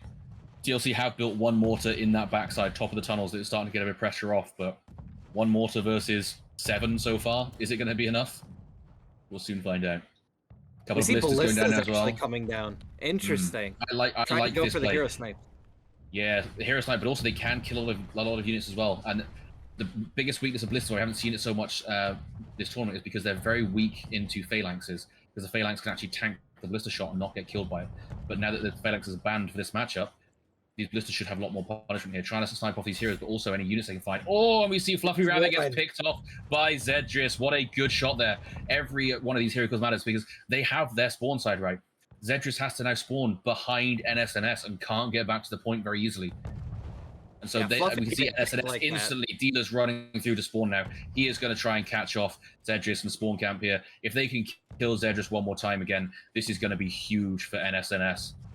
That ballista snipe there was just incredible. So let's see now what Zedris can do.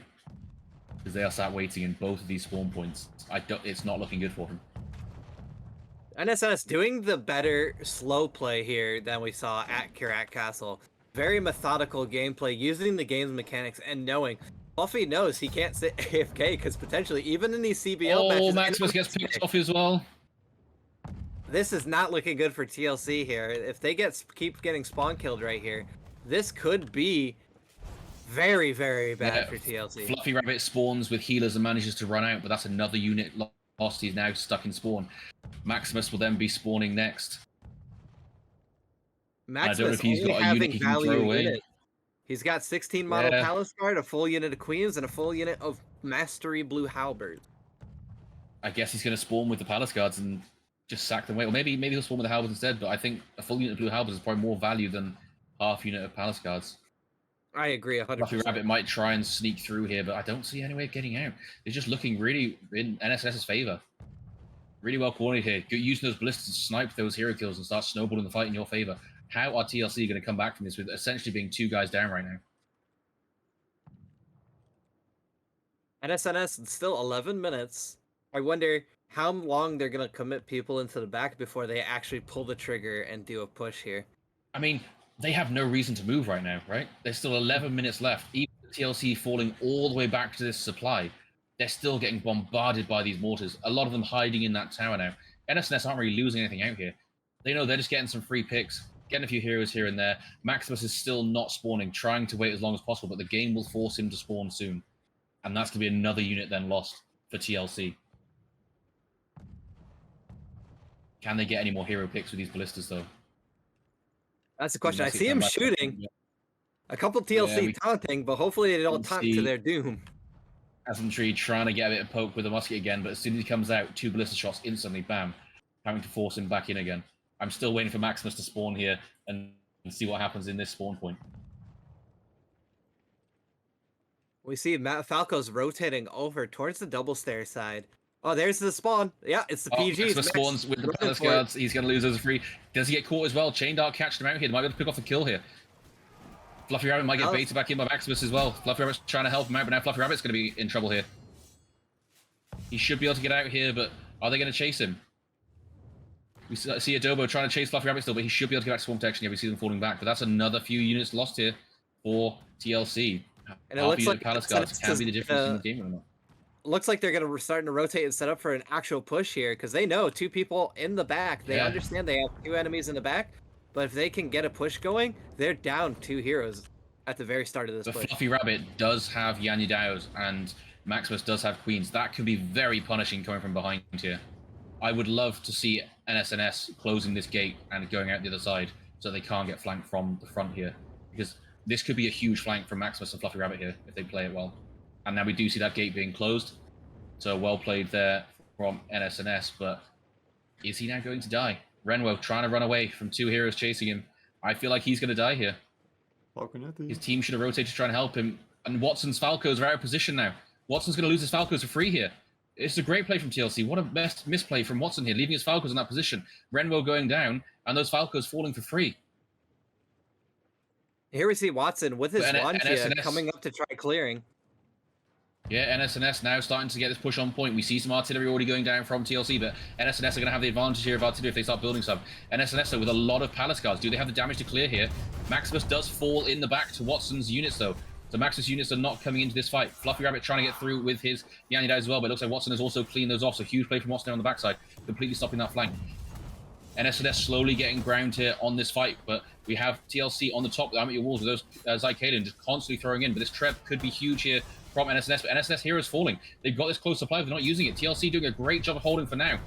But here comes the cav of Watson. No anti-cav to stop it, screaming straight through onto that point. Does get friendly tread, which is not great, but still a lot of that cav left, cleaning up a lot of heroes here. A lot of units here. Another huge cav as well. The help side is unbraced. Renwo as well. This Cloudwing cav doing work here for NSNS, starting to pick off some of these hero kills now. But TLC got units from that side supply. It is now blocked. It is now being taken by Tau. TLC has no supply. These guys are held on a little rock here, basically, on this point with no reinforcements coming back in. They're going to try and hold on as long as they can. But NSNS with a good recovery here with fresh units coming in from both supplies. Huge quad from that- Billy D there. Like we said, Lodino, that cav from NSNS did work in this game. Watson clearing off Fluffy Rabbit and Maximus on that side flank, and then coming to point and cleaning. Renwo coming in with his cav then and cleaning up art as well. Really, really good usage of the cav here from NSNS. And let's look at these units that are left over now while they're setting up for this next fight. So pretty even across the board, but looking at NS's favor on all these stats here, 40 more tier 5s, 60 more tier 4s, but then the tier 3s is where TLC comes back into it with their halberds. Can they hold enough with those halberds to hold this point? Still a lot of good units left for both sides here. NSNS really committing to these fights really well, getting that supply pressure that we saw the lack of Kira Castle. They said, today, Reggie's not cheeseburger land today, TLC. NSNS really coming back in these fights. Let's look at these hero deaths now as well, though, because this could be very impactful in this. So we see, I don't know if anyone is on... Maximus is on his last life. A lot of deaths, yeah. Maximus is on his last life, but I think that's it. It's been fairly low kills across the board. Everyone else on 1 or no lives. So Maximus, really, you got to play well in this next fight, my friend, because you do not want to be dying in this next push. He's only down to blue halberds left, so it doesn't matter too much if he dies, but if he does die, he is out. So keep your eyes on Maximus on that right-hand side, and if he dies, it's not looking good for TLC. NSNS still with 6 artillery and 9 trebs left, but that's not a lot of artillery base point. But they have already built, these 4 mortars on this bottom side, which we don't see very often for this map. There's 3 on that bottom side there. Looks like a good spot. They're hitting a lot of stuff here, so really good mortar usage there. Already slamming down these halberds here, taking out 3 of those. Damaging these medallions on the front as well, and those palace guards there, forcing TLC out of position. Good Falco usage here from TLC, though. They should be able to take out these mortars on the bottom. 1 does fall down. Can they get the next one? Looks like they're not firing anymore. But yeah, good counter Falcos there by TLC. They are coming back in now. Definitely, indeed. Kind of squeezing them, making them move around, trying to find a weak point here. Great mortars coming out, NSS. 2 colliding, killing off a few units here on the front. What I love, though, NSNS, they've got the grey shields out. They've got the new mastery. They're coming in with some frontline here. It's going to do work, right? It's going to do work. There's no other frontline otherwise. I love it. You're going to have this frontline with the blue shields. The white shield, sorry. The spear militia. But those Falcos from Ken doing a lot of work here now, punishing, trying to take down as much of this artillery as possible. There's only 1 artillery piece left for NSNS. So every piece they can take down here now is going to be huge for TLC because they don't have any left themselves. These Falcos doing a lot of work. This Treb could get a couple of kills here, but I think it's wishful thinking there. Oh, looking like NSNS getting a good scouting here and possibly pick on this mall if he really commits to this. Yeah, getting picked off here. This is not good for really TLC good here. pick there from Rebel Brave with the rest of the team of NSNS. Ori Hill getting quite a position there and getting punished for it. What unit did he have? He had Zycalian. That's pretty big. He was the only Zycalian out right now for TLC getting picked off. That could be huge this next fight, but we see TLC is taking the fight here to NSS on the front. That Jammu Cav going straight through, dodging those medallions. Really good play there, but the front side, NSNS pushing through, getting complete control. They should be able to start collapsing this backside soon. NSNS, you need to move fast here. The TLC is starting to win this backside. But now we see the flank coming in from this front push from NSNS. We see the sheer mass of units coming in. We see the Queen's Knights of Renwo still putting in work. The Queen's Knights of Tau still putting in work, and TLC have nothing left to answer for this. Very as well. Very little friendly fire damage, and actually cleared the remnants of that death ball trying to hold on here from TLC. So many Queen's Knights left for this base point. We see 6 units of Queen's Knights right now clearing this fight, and a solid attack there from NSNS, proving why they chose this map. Really, really well played from them here. So really well done from NSS. TLC trying to come back in, but with halberds and medaus, there's not really anything that can really clear there to get back control at this point. See the Cav coming in, but it's going into brace halberds and medaus here. Most of that Cav does fall, buying a little bit of time on point with Adapt, Asentry, and Tim trying to resolve with 6 minutes left on the clock. This is not looking very good for TLC. Kleenex going to try and get in on point here to delay. Just gets it in time. But if they can pick you off, Mini Walls gets in, Sledgeman gets in as well. But Hero's falling very fast here for TLC, 9 left alive. Doing a good job of trying to push back in here. But there's just so many members of NSNS on that point, and they do take the win. Oh, what a good comeback from NSNS, Potato. They've brought it back. They've shown why this map is there. So really well done by NSNS. Can they put us around for their defense time, Potato? What do you think they're going to do? Do you think they're going to do a C defense as well? Do you think they've got something special? Since back on this pick, because I've been in chat with the conversations about ranged units in high stakes fights, and they all say no, never, never bring ranged. What are you doing? You're slot locking. So really, it seems like these imp archers may be pivotal to the strategy here for NSNS. I'm just Yeah, wondering, definitely guys, a good pick. what do you guys think about the Modao pickup, right? It's a unit that we haven't seen this much in internal because of the phalanx, but now it's banned. We seeing the Modao again. Is it as effective as you expect it to be, or do you rather see a triple purple instead of the Modao? I think in the matchups we've had today, the Madaos have been a bit lackluster because they end up losing them in the melee fight and they're not actually there for when the cav comes through. Agreed. I mean, they're especially after the Madao nerfs that really hurt them on the infantry damage. We're just seeing Queen's Knights and Halbs just really cleaning them up. Very different start here, though. We see units of TLC potentially going into the breach, and we see NSNS actually going into the tunnels here. It's going to be awkward to get the camera in here. I don't know if we can very easily, but let's hope we can. NSNS might do a little sally here through the tunnels. You haven't seen teams come down here like this. They are full committing with units down here. But TLC are in position there with a lot of their units. But will they see it coming? There's no hero there from TLC. NSNS could get some unit picks here if they're quick. If they commit to this, I will throw my hands up and applaud them. Because TLC are not looking at this tunnel right now. They have no heroes down here. But NSNS are not. They're not pushing out yet. Are they going to wait and try and get some picks on units here? This could be very risky. They're starting to go low. There you go. I don't know why I'm whispering because they can't hear me anyway. They're on his lay. But Kevin has now come in here. He's going to spot this and he's going to call it out.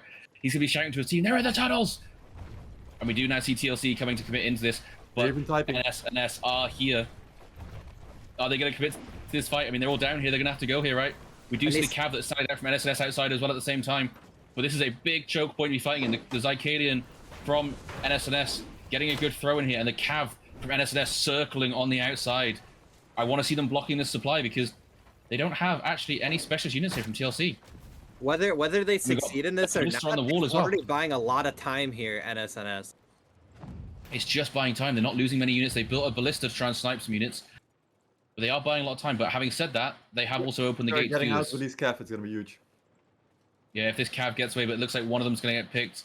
Dealer and Questionable both going to have to throw their cav in here. Their team retreating back through tunnels all the way back to Seaside here. Yeah, but can they get out now? They're going to have to try and climb units or try and get to this top supply. TLC could capitalize on this and catch all of these units in the tunnels here.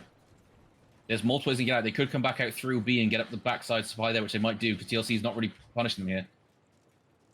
Oh, TLC making it all the way to C point. This might be bad here for NSNS. Yeah, this could be huge here for TLC. They're just snowballing straight up to the C point here. NSNS going to get caught out of position. Questionable does fall down. Oh, Imp Archers. NSNS starting to come back in now. The Imp Archers not really doing very much. Are they going to kill Ken here? He's dodging. He's dashing. Billy D trying to get in there, but Ken's still getting out. And TLC just taking complete control here. NSNS throwing this fight completely. They're out of position entirely. They're going to start stalling some time here. Don't forget, A and B have not been capped yet. So they can't cap C. Not quite, but A will fall shortly. But TLC right now, a great mortar. Knowing that they're going to loop up these cav trying to flank though. NSNS could get this cav in here with this imp advance, but the Treb coming in is going to block them from coming through. And it's a lot of anti-cav, a lot of halberds as well. They know NSNS is going to be playing this cav. With those Madaos gone, this cav can still do some work here if they break these halberds as they come through. The cav goal falls to the halberds here, so really good control from TLC. Another Treb going through. NSNS still trying to brute force through this backside. But this Treb is going to be huge here, landing on this cav, but some of it does get through. There's a lot of halberds on point, like you said. Madaos coming in as well from TLC. NSNS still falling, but they are slowly clearing this fight because of the resupply advantage. They're coming back out from that left side here with some queens, with some palace guards. Now we see the Honor Musher coming out as well. But is it enough? TLC still have good position here. Absolutely. Renwo with that grape shot behind picks off Assam Tree as well. He is getting a few picks here, but another Treb coming down onto this setup from NSNS, trying to come through that back gate. TLC losing the cav into the Madaos, as well. Unit-wise, it's not the worst right now, but they keep bleeding units here from NSNS. Renwo doing a lot of work with that grape shot on the back, though, picking off and damaging multiple heroes here.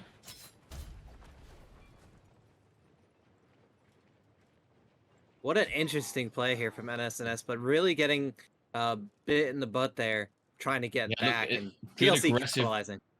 aggressive play from TLC. NSNS look like they're going to try and hold behind the C point though, which it could be decent. They need to buy time. They have to do this defense here, but they have lost a lot of units so far. And with the sheer number of artillery that's available on TLC's side, I don't know if NSNS can come back from this. NSNS need to get some good counter artillery down now, and they can potentially clear all these mortars and deny this breach going down, but it's going to be too late. But they need to try and clear some of this arty that TLC are pushing here. Let's have a look at the units that are left while they're quickly doing this. So 140 to 130 on tier 5s, pretty even across the board. But TLC with 327 to 248 tier 4s and 170 to 60 tier 3s. So definitely in the favor of TLC here. But NSNS are by no means out of this. They still have good units left. They still have their artillery, and they still have potentially control of this map. They have the high ground. Like we talked about, Watson's going to be doing some work here, knowing that Treb's coming for him. Yeah, but he's looking at the Treb. One of those shots did go through onto his Falcos there. He has lost 4 Falcos here. One of the mortars firing through as well. He does spot it now though, so he's moving his Falcos back, which is good. And they do have some counter artillery starting to go down now, which is what we want to see. But TLC definitely with a big advantage in this game. They have 23 artillery left after already placing a lot here, and they are not going to waste time. They are just going to slam more and more artillery down here. They don't need to push. They have 15 minutes. And don't forget now, because they've capped C, they will respawn right on top of C. They have the advantage there as well.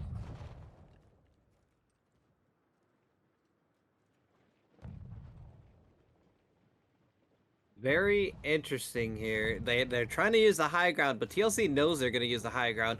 Great mortars coming out on the C spot to really try and denying the high ground game. Really good counter out here from TLC. They've from NSNS. Sorry, they've taken down a lot of TLC's mortars on this breach side, and one of them now being left open. So really good counter spots from NSNS. But did they lose too many units on that first fight? Only time will tell. They do have the closest supply here, so they can fight on this breach. We've seen teams hold on this backside of C before multiple times in CBL in the past. But they can't lose too many units here to these mortars. They've done a good job of countering the first, but they now have 1 RT left, and TLC still have 18. Another Treb coming in for Watson's Falcos. Are we going to lose any here? Big hit in the Falcos there. Watson losing another 4 of them to that Treb, so only 4 Falcos left. Only 5 Trebs left from the attackers, but still 17 artillery left for the attackers. And they've got 13 minutes left here before they need to push. Before they need to end it. So they have time. They can spend another 5-6 minutes here and just slowly whittle down the enemy team if they want to. Absolutely. Get rid of NSNS's arty and just have the superiority going into the fights. Setting up mortars for the pushes to really break down the kill boxes and allow TLC that breathing room to fight outside of the choke. They might try a push here soon. You see them rotating. They look like they're actually going to try and do a split push on both gate and breach at the same time. So we see them pushing in. TLC pushing through both gate and breach. NSNS giving them the space on both sides here. TLC just getting complete control in this space here. The gate fight already over, but TLC struggling now on breach side. We've got the queen sights coming in from Reno here, getting a bit of clearance. So let's see if they can clear this. But losing complete control of that gate side and having supply blocked. Tau with that full cav on supply being stalled by 2 heroes. He needs to get in this fight as soon as possible. NSS still holding on this breach. NSS still holding on this breach. With those Falcos from Watson doing work, those last 4 left, but it's going to be falling very soon. But Tau is now free with his cav. Can he come and clean up this fight from behind? This cav charge is going to be pivotal here. There's a good wipe in here, but he needs to get through to that breach side. Really good clean from Tau there. They're starting to pick up the heroes of TLC. This is starting to go back in NSS favor. But TLC do spawn on this point, and they've got a hero on base point, trying to get a bit of cap pressure there. Can NSNS reset? TLC saying, we're not going to give you time, we're going to keep pushing through. But even though NSNS win that initial trade there, TLC come back in. I'm at your walls with the Queen's Knights now coming to that supply. Box should lose his Queens here fairly quickly, but he's going to try and... Actually, he's getting... Is he going to get them out here? No, he can't get them out. They are going to fall down here. Still holding on reclaiming the breaching gate, though. Yeah, but TLC spawning right on top. Fluffy Rabbit now coming through the cav with nothing to stop it. Base point still being capped by Tim every bit here and there. This is falling in TLC's favor, and the units are close, but with 11 minutes left and still 16 artillery. With NSNS now being snowballed, are TLC going to snowball this? They're going to get 2 more picks here on the breach. Is this the last game we're going to see of the series? Is this TLC winning here? NSNS trying to recover, trying to get space on point, but with 10 heroes to 14, TLC are not going to give them time. They are rushing straight to that base point. One little hold of PGs from Dealer, but versus all this Cav, that's not going to be able to hold. Do we have any units left coming back in? We see some units going from supply, but it's Rattan, Pikes, and Onimusha. Can they get there in time to do anything? Flower, too nice, falling on point. TLC having complete control on this point. I can't see NSS coming back. This is TLC winning this series. Zedra's trying to come in. He's trying to get on that point from behind. Questionable trying to get in there as well to delay some time. But with all this Cav swarming around on point, all we have is Surfs and Onimusha trying to push back in. This is going to fall very quickly to TLC. 10 minutes left. Maybe Zedris can stall for 10 minutes, guys. Who knows? But I don't think it's going to happen as he does now fall down. Watson stalling for as long as he can. Renro in there as well. But it does go to TLC, our AMS 2024 CBL winners. And what a performance there from TLC. It is not over. Absolutely, for all of these that's teams. what I was about to say. As we head back to the lobby, we'll get the producers 1 second.